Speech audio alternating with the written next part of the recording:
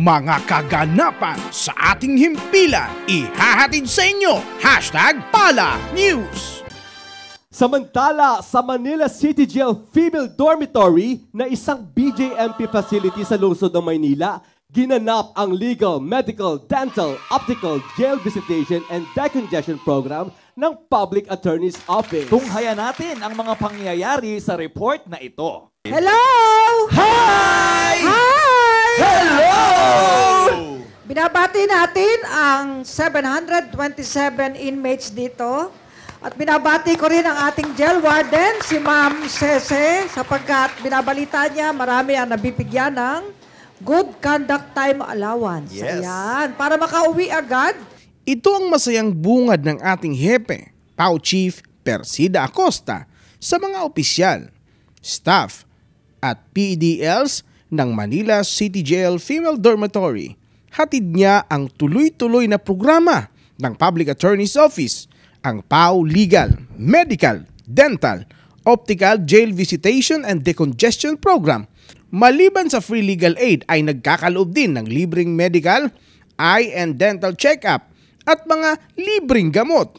Binabati ko rin po ang ating medical team sa pangunguna ni Deputy Chief Public Attorney Erwin Erpe. Kasama niya si Doc Alexis Angilosulit, si Doktora Kabantog, Doktora Eunice. Siyempre kasama natin ang mga doktor mula sa Manila Central University MCU Hospital. Yes! Si Doktora Janice De Leon, Dr. Mercado at yung dalawa pa nilang kasamang mga doktora. At siyempre mula sa Executive Optical, sila po yung nag-alaga ng mata ni PAO Chief mula noon hanggang ngayon. Nandiyan po sila Doc Eunice.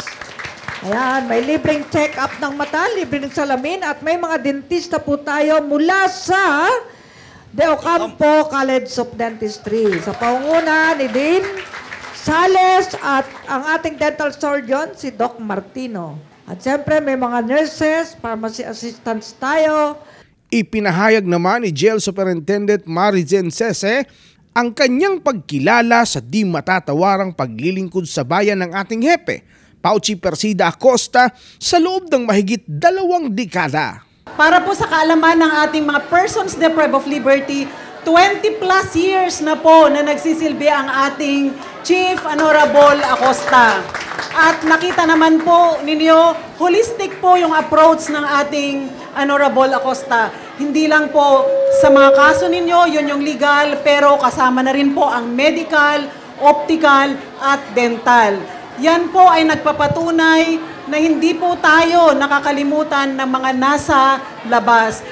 Nabuo ang medical na bahagi ng programang ito bilang inisyatibo ni PAO Deputy Chief Dr. in Attorney Erwin Erfe. Nang magsimula sa PAO 20 years ago ay isang medico-legal and forensic consultant at sa kasalukuyan ay isa ng Deputy Chief Public Attorney ng ating tanggapan. Opo, 20 years na po na pabalik-balik kami dito.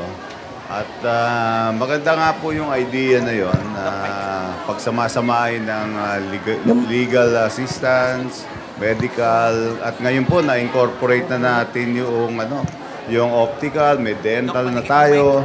Gusto ko na rin pong magpasalamat kay Attorney Dr. Erwin Erfe sa kanyang initiative po na pagsama ng medical, optical, and dental sa mga serbisyo na ipinagkakaloob po ng Public Attorney's Office. Kinamusta naman natin kay Doc Attorney Erwin Erfe ang sitwasyon ng isinagawang programa sa nasabing pasilidad. Ang bilis nga po ngayon, napansin ko kung makikita po ninyo, busy-busy kami dito. Kasi ang bilis ho ng turnover. Ibig sabihin, marami kami natitingnan ng mga pasyente. Marami rin hong kukonsulta sa legal consultation namin. At doon po, nakita namin napakahaba ng pila. Natutuwa ho kami pagka ganoon dahil tinatangkilik talaga ang mga serbisyo na dala namin para po sa kanilang lahat yon. Ayon naman kay Superintendent Cece, malaki ang epekto ng mga ganitong programa sa mga female PDLs sa Manila City Jail Female Dormitory. Malaki ang impact po ng mga ganitong programa, lalo na po galing po sa gobyerno, ating Public Attorney's Office. Yan po ang pagpapatunay na kahit nasa laylayan sila ng society, nandito po kami sa loob ng kulungan, hindi po sila napapabayaan. At may mensahe ang ating Hepe PAO Chief Persida Acosta sa ating mga kababaihang inmates. Tandaan nyo, minsan tayong naligaw, minsan tayo naapi, darating araw babangon tayo para sa isang magandang umaga. Okay?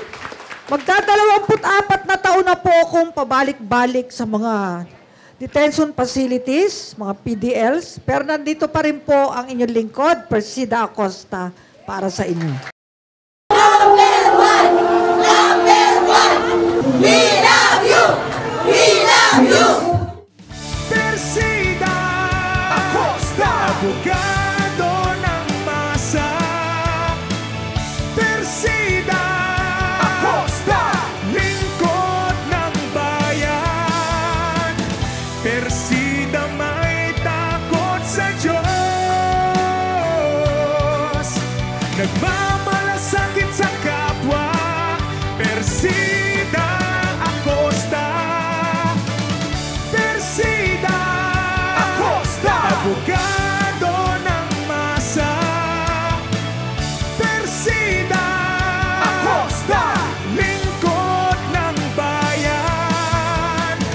Persida may takot sa Diyos, nagmamalasakit sa kapwa. Persida Acosta, Persida Acosta, nagmamahal sa bayan. Persida Acosta. Ako si Gerald Ranyes para sa #PalaNews. Persida Acosta, hustisya para sa masa, katarungan laban sa kahirapan.